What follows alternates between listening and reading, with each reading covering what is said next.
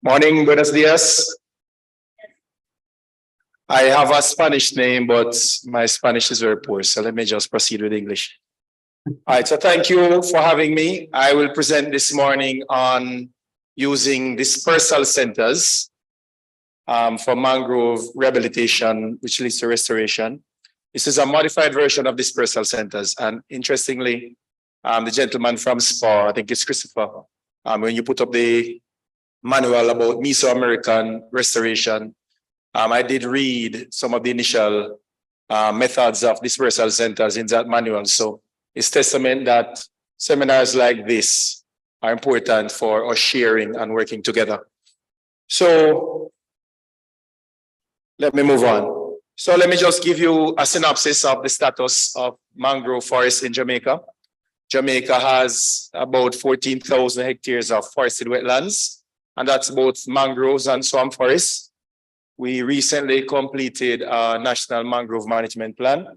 Less than 1% of them are protected, however, and the mangrove itself as a species is not protected. I'm not so sure if that's a common theme, but the species itself is not protected, but the ecosystem as a wetland is. I'm not so sure if many countries have the actual species protected. That's something that we need to look at.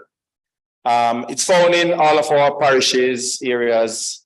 For example, the country lost, I'm sure, over 700, nearly 800 hectares of mangroves in the last 2 decades. That has increased a little bit. That's why I have an asterisk beside it. And most of the losses are related to human activities, especially tourism. Now, what happens a lot, and I'm sure it's a common theme in the Caribbean and Central America, etc., our mangroves are on prime real estate. So coral reef, seagrass mangroves, and a lot of the times the mangroves are on white sand beaches. And it doesn't look that way because they're all, the canopy is all covered, but once they're stripped away, it's a nice white sand beach. So most of our mangrove losses are related to tourism developments. So the study site I'm going to tell you about today is on the north coast of Jamaica. And the north coast, we have a parish called Trelawney, and it's right there. It's between Ocho Rios and Montego Bay, which are two of our main tourism areas, our main resort areas. And this parish alone has lost, or had lost, over 200 hectares to tourism development in the space of, I think it was about 5 or 6 years. So what happened is that Ocho Rios area, St. Ann, is already well developed. So is Montego Bay. So Falmouth is like the new development site, like a new resort area. So lots of wetlands are there, and the hotels need spaces to do that. Now, luckily for Jamaica, we are doing some things right. So for example, now, any hotel that is doing, or any developer that is doing any mangrove work has to put a matching acreage of mangroves into conservation. Now, 20 years ago, that never happened. Persons would just bulldoze, excavate what they needed, and that was it. Now we have a more stringent process. I mean, it's not perfect, and some slips between the cracks, but for the most part, whatever they do in a development acreage, they have to put a matching amount into conservation. So this is one area where a hotel was being built. Actually, it was bought by hoteliers in the 1980s, and they built 2 roads. One is here, one is there. I don't have these historical images, but what happened is that, well, my theory is that when they built these 2 roads, this area became stagnant because the roads were not built with any culverts, any gutters, and we had a lot of mangrove die-off. Now, a hotel development is actively happening, and they've built a new road here, and they're going to do another hotel phase right here. But they were mandated by the government to restore this section, which is essentially a deep lagoon area with historic mangrove die-off. So that kind of shows you a close-up of the area. So when I went in, we did we looked at the hydrology, especially the salinity, which is the key. And we saw that these roads are now permeable. So the water, the tide goes go in and come out.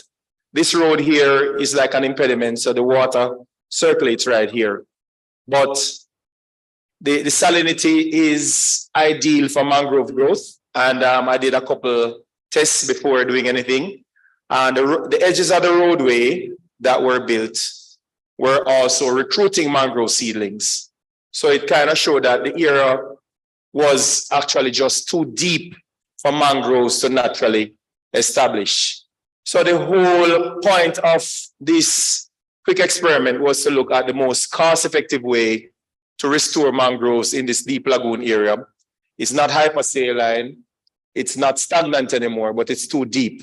And as you know, red mangroves have the tallest propagules. Black mangrove and white mangroves are smaller, so they would not survive there. So the likely candidate is a red mangrove. And so I looked to see what is the cheapest way and most environmentally friendly way to restore mangroves there without bringing any heavy equipment. Of course, you could always bring material in and dump it to make it shallower, but that is heavy equipment and very environmentally unfriendly. So I looked into dispersal centers, and what we came up with, myself and my team, we came up with using dispersal centers, not small ones, but large ones. We had them with diameters of about 10 meters. And we use these small raised mounds. But because it was, the material there is extremely soft. So the traditional dispersal center, you normally make a small enclosure and you mound it up. But the material was so soft, when we made mounds, all it did was wasted away. So what we came up with, we used plant materials. So we got the hotel, which is already in operation. They regularly cut trees, coconut trees, ornamental trees. They have the sargassum problem where a lot of sargassum is coming in. So we asked the hotel to bring the material there for us. And we did 3 trial areas just for trial. And we used about 90% plant material on the base. And then where we could, we got the sand that was mixed with the sargassum, and that went on top. And here you see the team. We moved them by kayaks from the shoreline to the area, which was about 40 to 50 meters away. And in some cases, we did find bits and pieces of concrete rubble, etc. So we created about 5 to 6 mounds in each area. And over a very short period, this is about between January to May, we literally actually asked my team to do some measurements for me last week. And these are the early results. Obviously, this is very, very early results. It's not worthy of being published or anything yet. So in January, we had mean heights of 33 to 34 centimeters. Oh, that should be a decimal place, not a comma. And then over this 5-month period, well, one of the plots has reduced a little. 30 random seedlings were measured. So obviously it's not going to be always straightforward. But as you can see, the mean height has increased over this few months. Next slide. And the number of nodes, which are the number of growth points for the plots, has certainly increased over these few months. So we can see that we have positive growth and we have survival. We have about 100% survival of the red mangroves there, which is the important point. And some photographs to show you what they look like. So we just planted red mangroves seedlings, wild seedlings, not from the nursery or anything like that. We did put some black and some white mangrove propagules in there as well, but we didn't see any of them surviving. I think they were washed away in the tidal movement. So the red mangroves definitely, because it's elongated, you can stick it into the sand or into the plant material, and once it grows the roots, it stays there. And more photographs of the areas. So the concept is that when these small mounds become larger trees, eventually they'll stitch themselves together. And hopefully the funder for this will see the promise of it, and we'll put in maybe more of these dispersal centers or modified dispersal centers and actually have that lagoon area. Some of the lagoon areas filled in with mangroves. Of course, some of the mangrove lagoon areas will stay open because it's a good bird habitat, but I think it's a good project to have a mixture of both open ponds as well as closed mangrove areas. All right, so in conclusion, dispersal centers with about 90% plant material as a base were successful over a 6-month trial period. It is very labor intensive, uses discarded plant materials very sustainably, versus nursery seedlings. Of course, we could plant nursery seedlings, larger nursery seedlings here, but that would be more expensive.